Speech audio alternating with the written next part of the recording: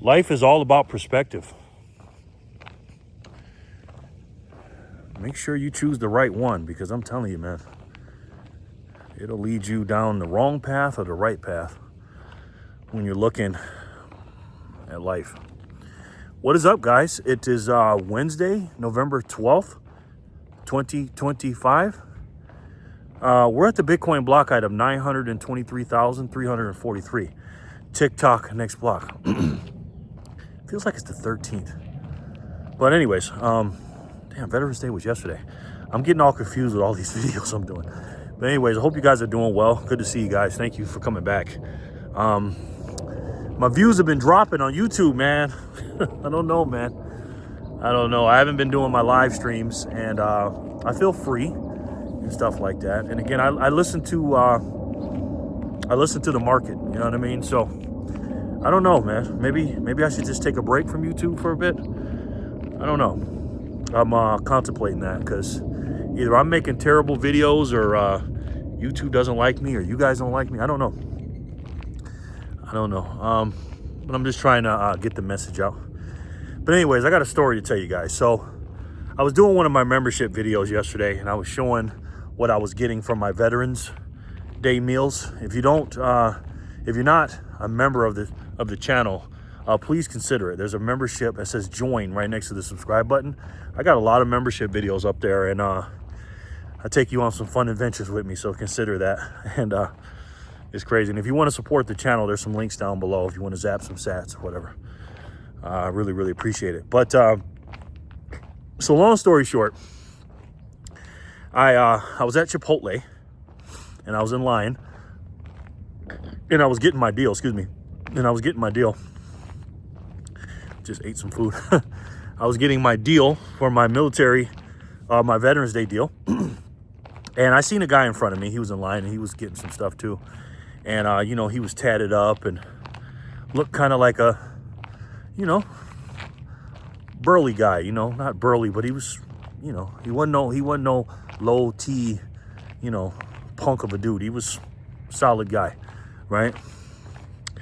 And so I got my food, and he went off, and I wasn't really paying attention, but I saw him. And then I got my food, and I had to record my video, and there was a lot of people inside of Chipotle.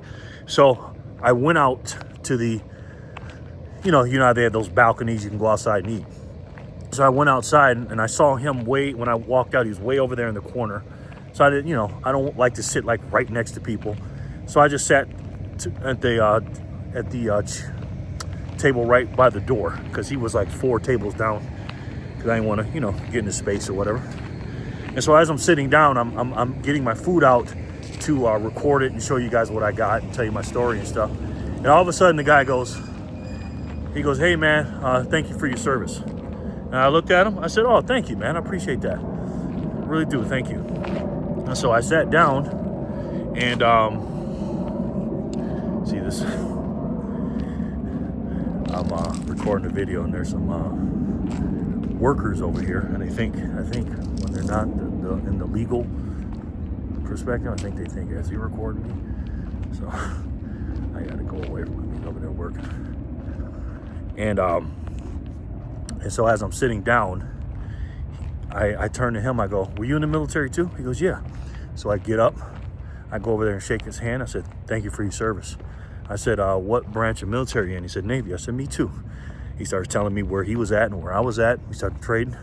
He was stationed in San Diego. I was stationed in Virginia. Talked about what boats we were on. Talked about our, people call it MOS, but, we call it something else in the Navy. What did we do? What's your rate? I told him what I did. He told me what he did. I said, "Cool, man." I said, "Well, thanks, man. No problem." And I had the shirt that I had on yesterday, "The Constitution Matters." And then he said something to me about voting, or who did I vote for or something. I go, "Well, look, you see my shirt, you already know what time it is." And I go, "Isn't it funny that when you see the Americans, true Americans that have flags on or something like that, you already automatically know who they voted for?" He's like, "Yeah." So I turned around and recorded my video. And I said, "Oh, by the way, I don't want you to think I'm crazy. I'm recording a video for YouTube, blah, blah, blah, blah, blah." And then he's like, oh, okay. I said, yeah, I talk about politics and stuff. He's like, oh, okay, cool, man. And oh, you know what? No, I got that wrong. I said that. I said all that stuff first before he asked me about who I voted for. I said I talk about politics and stuff like that. And then he said that. I was talking to Backpacker and Fanny. I was telling them this story too, but I told that part wrong. So that's what happened. That's what triggered it. He said, oh, okay. And then that's when I said my spiel about the flag and American stuff. So I sat down, recorded the video. And as soon as I got done recording, I assumed he was on my team. Because he was in the military, he looked based, he looked strong, he had arm sleeve tattoos. He just looked like a base dude, you know? But boy, was I wrong. He was a liberal. He was a liberal. He said, so who'd you vote for? I said, Trump, of course. I said, you? He goes, no. And I thought he was joking. He's like, no. And he got real quiet and somber. And I'm like, uh-oh. Boy, I just stepped in it. I just put my foot in it. Because my whole demeanor was one way. Like, oh, this is, you know, we're in the military, we're buddies, and we're on the same team, we're America first. And then he's like, no, I can't stand Trump. I said, oh. I said, okay. So I had to readjust. And you can cut the tension with a knife, because I was sitting at the table next to him. I walked over and sat at the table next to him to talk to him, because I thought we were going to bond. We went from bonding to being on the same team to, okay, this guy's my enemy, this guy's my enemy. So I said, look, man. I took a deep breath. And I go, look. Just because you voted for Kamala Harris, he goes, yeah. And I voted for Trump, that doesn't mean we're enemies, man. Okay?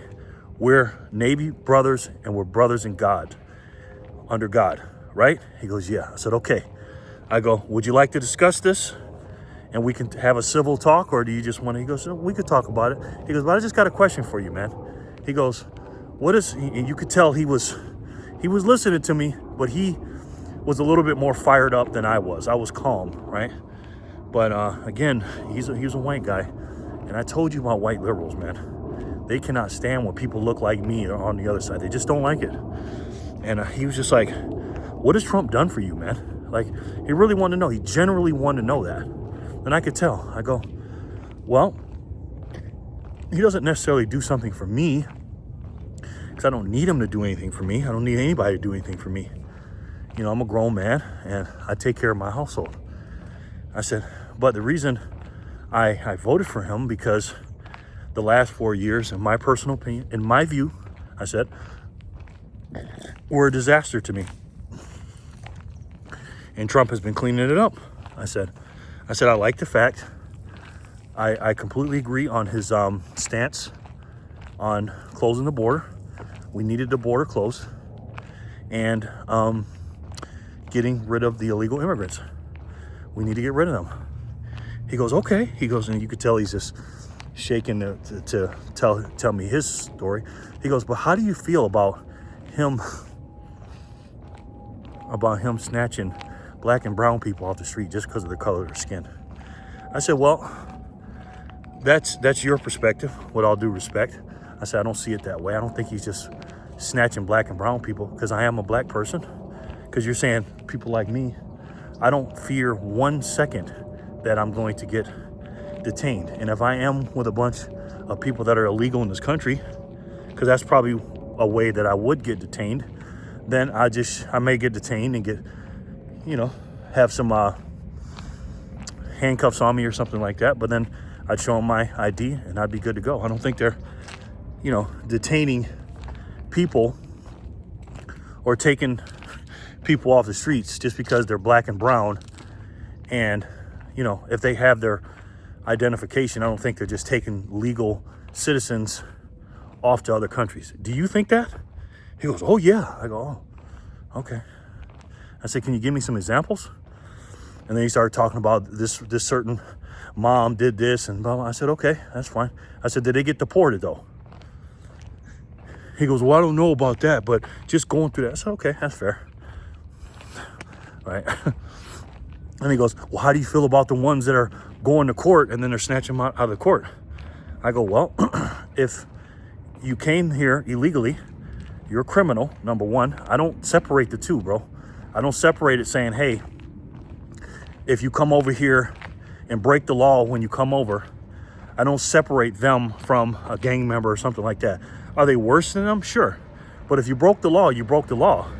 And you have to, you know, if somebody went into a store and stole something from a store or broke into the store, let's say somebody, like you got two people, they both broke in, and then the first one that broke in, he didn't steal anything, but the other guy stole something. Well, I'm not gonna not arrest the first guy because he just broke in and didn't steal anything. They're both criminals.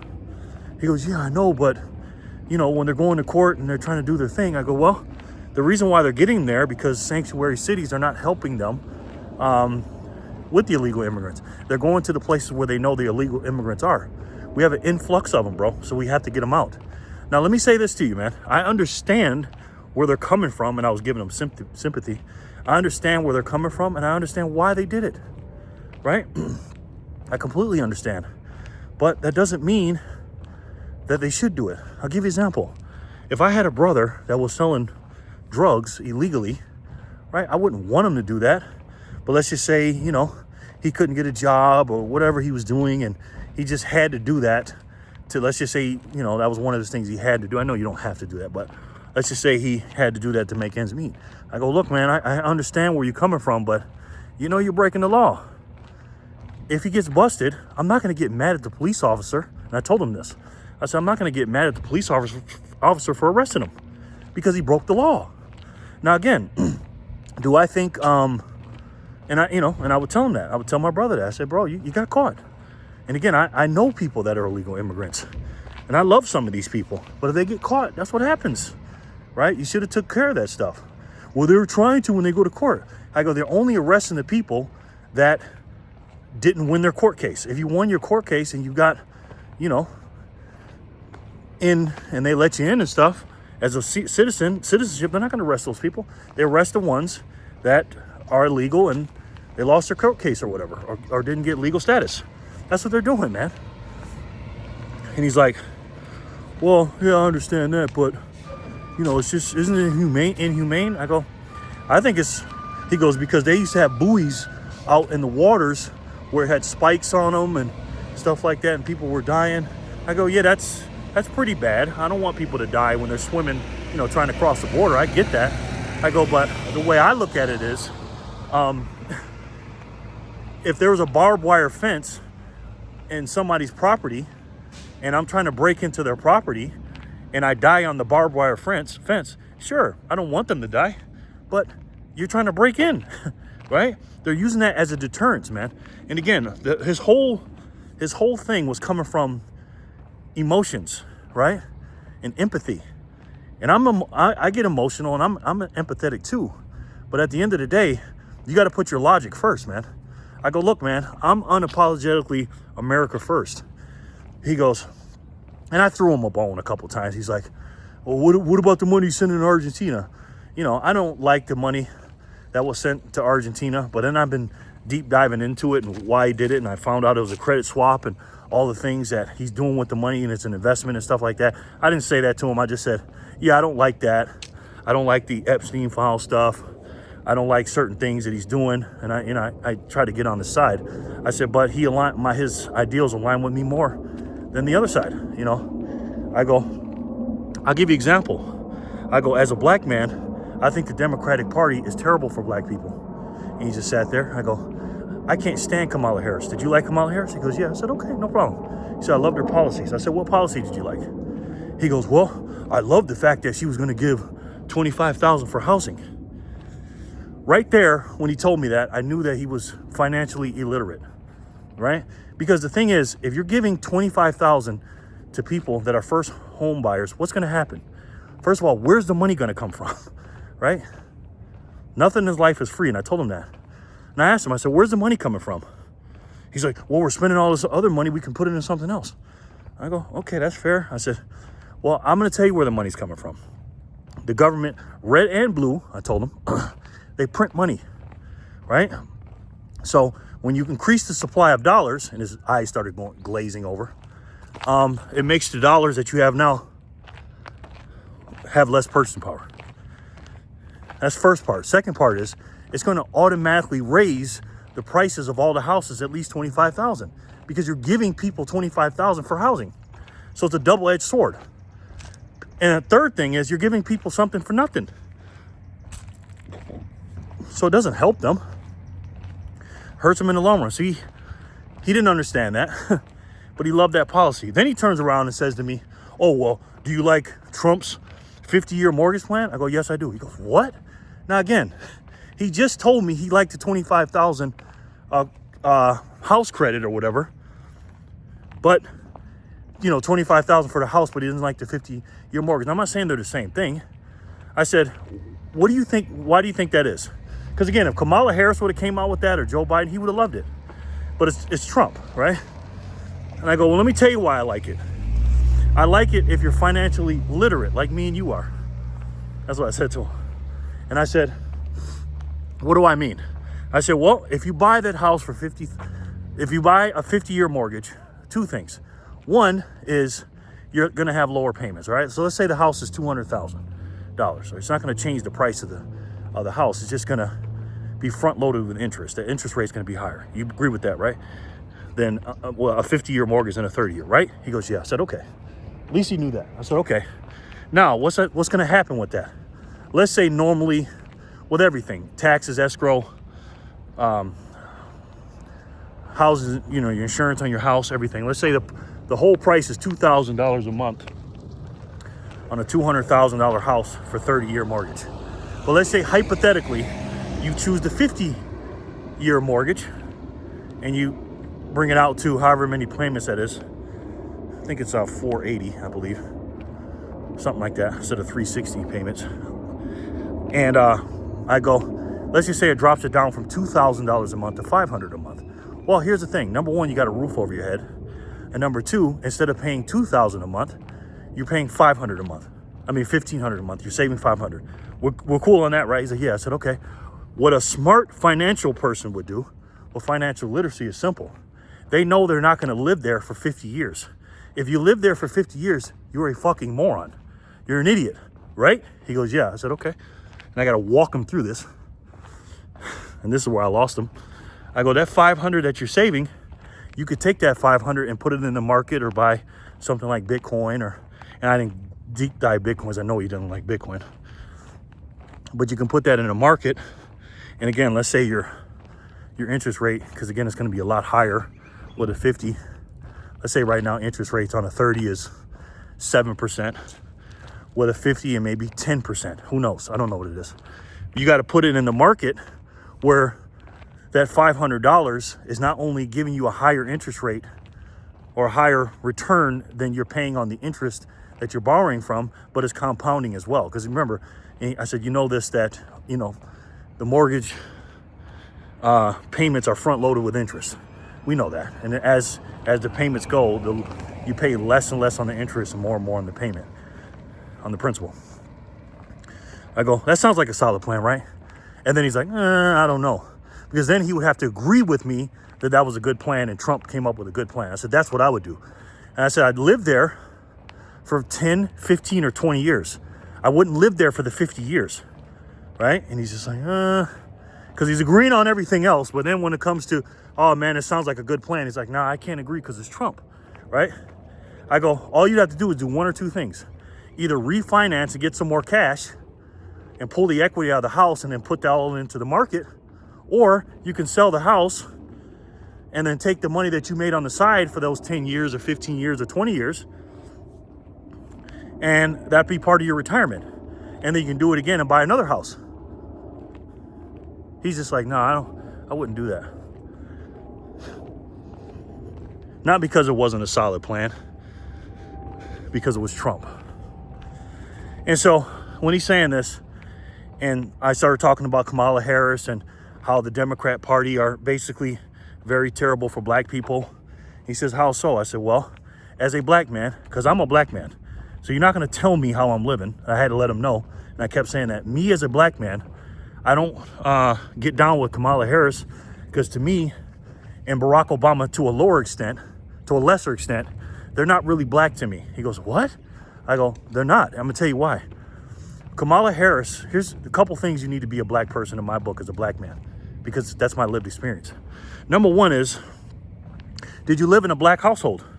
Are your parents black?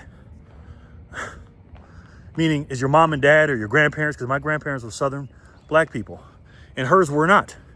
I think her dad was part black, they say, but he wasn't really around and he wasn't really doing the culture thing. They were Indian, and her mom raised her Indian and very, very affluent, okay? I'm not saying you can't be affluent and be black, but, you know, the struggle that they say we say, she didn't go through those struggles, and she didn't have and raised in a black environment. I said she did go to a black college. I'll give her that. But just because a white person went to a black college don't make them black.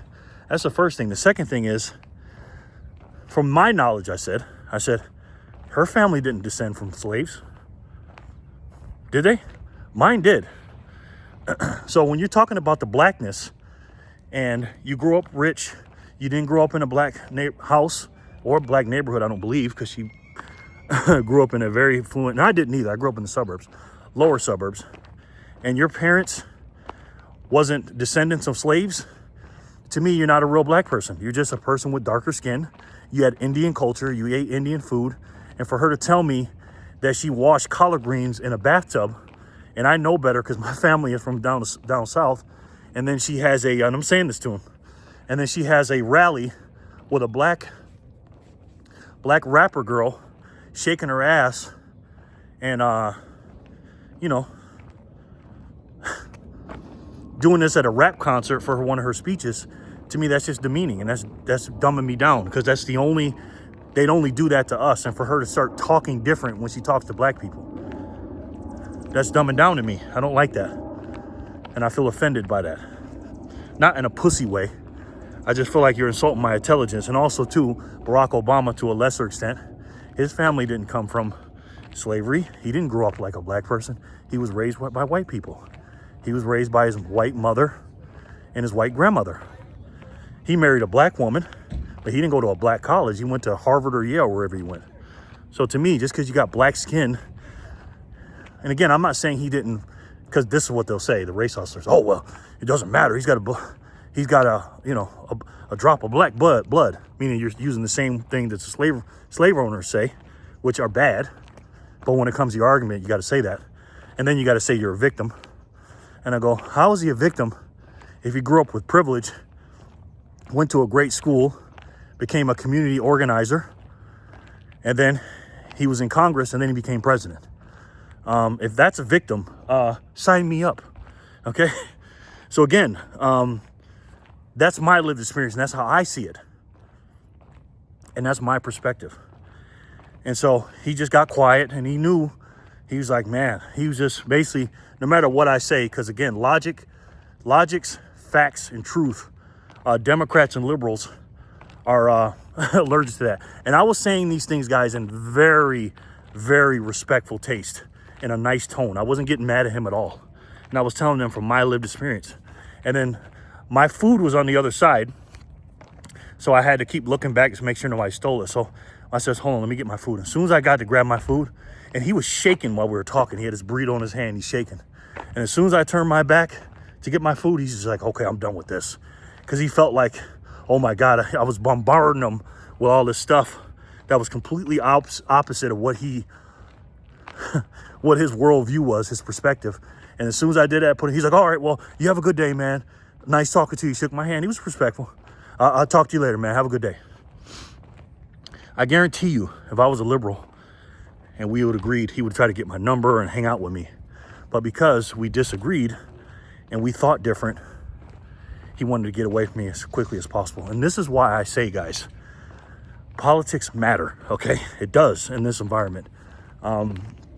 It reminds me of a couple times in our history, but it reminds me of early in our before we were even a country, in the mid 1770s, when we had the patriots or the rebels against the loyalists, the people that were loyal to the crown.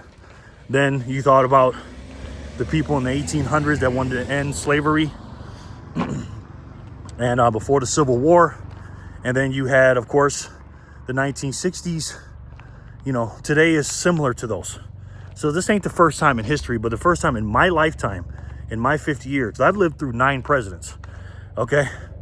Ford, Carter, Reagan for 2 terms, the first Bush, and then Clinton, the second Bush, Obama, Trump, and then Biden.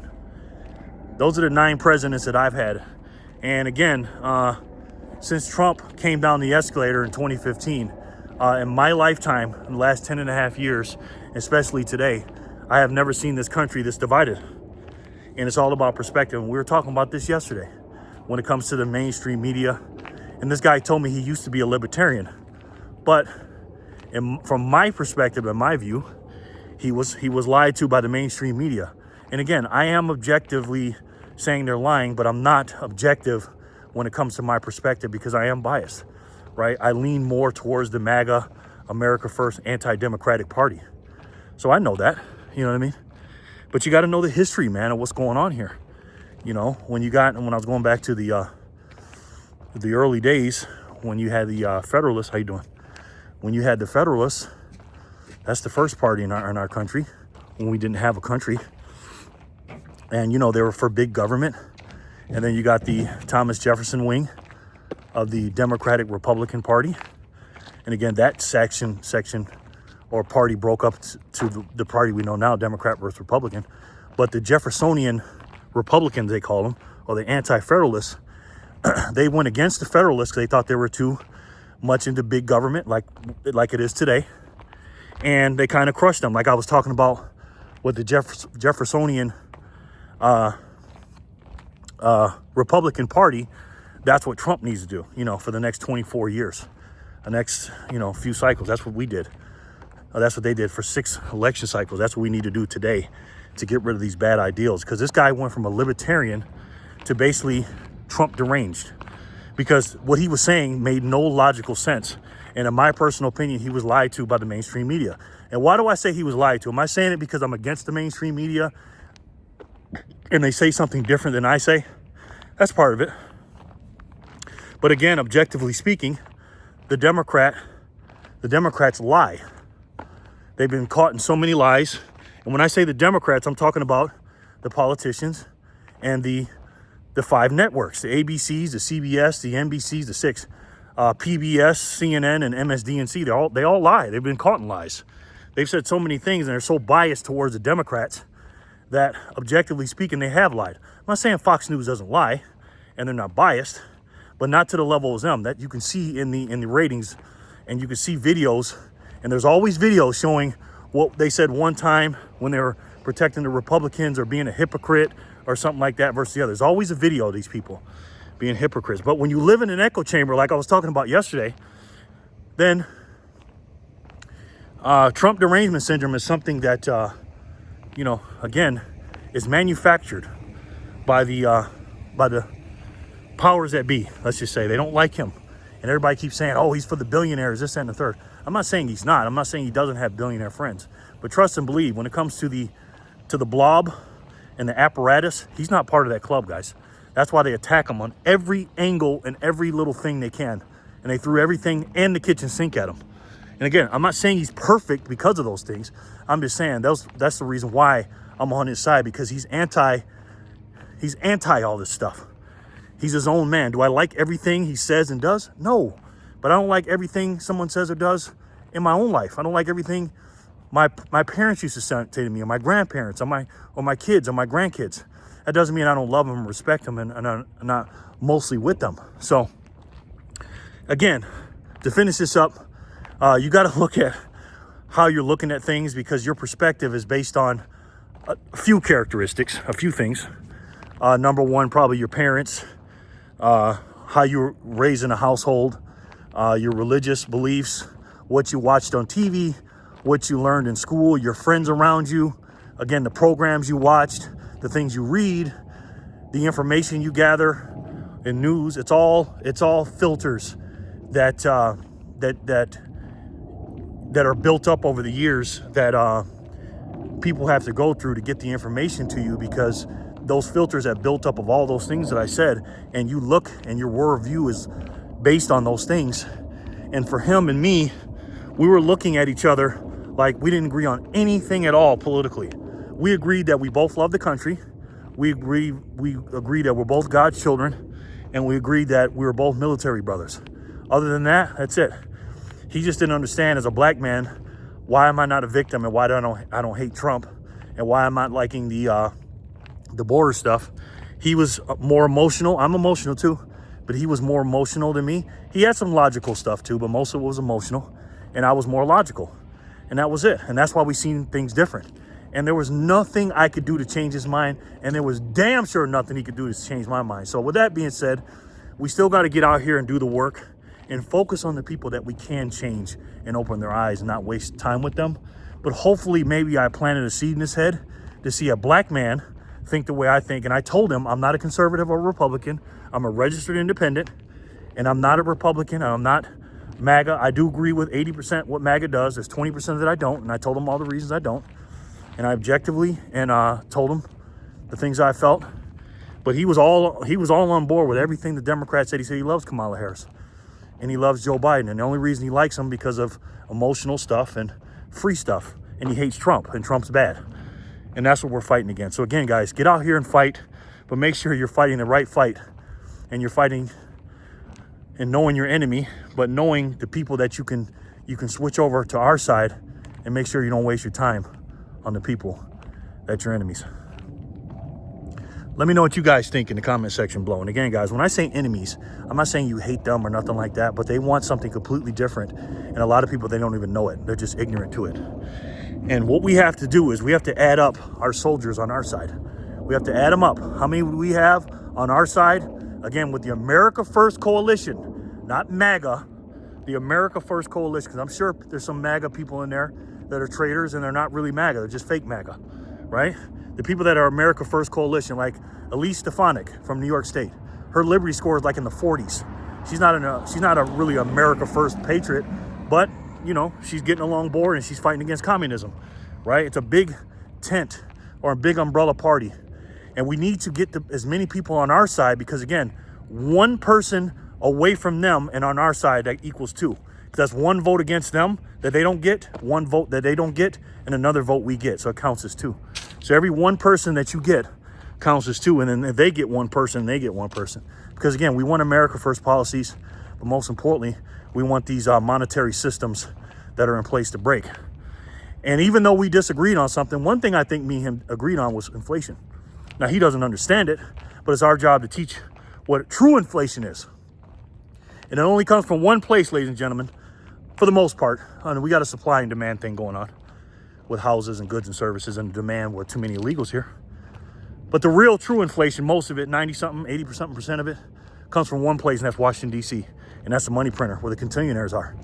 And we got to break it. We got to defeat it. And we got to make sure we're not getting in more debt. And we got to pay it off. And there's only one way to do that, guys. And we have to do it.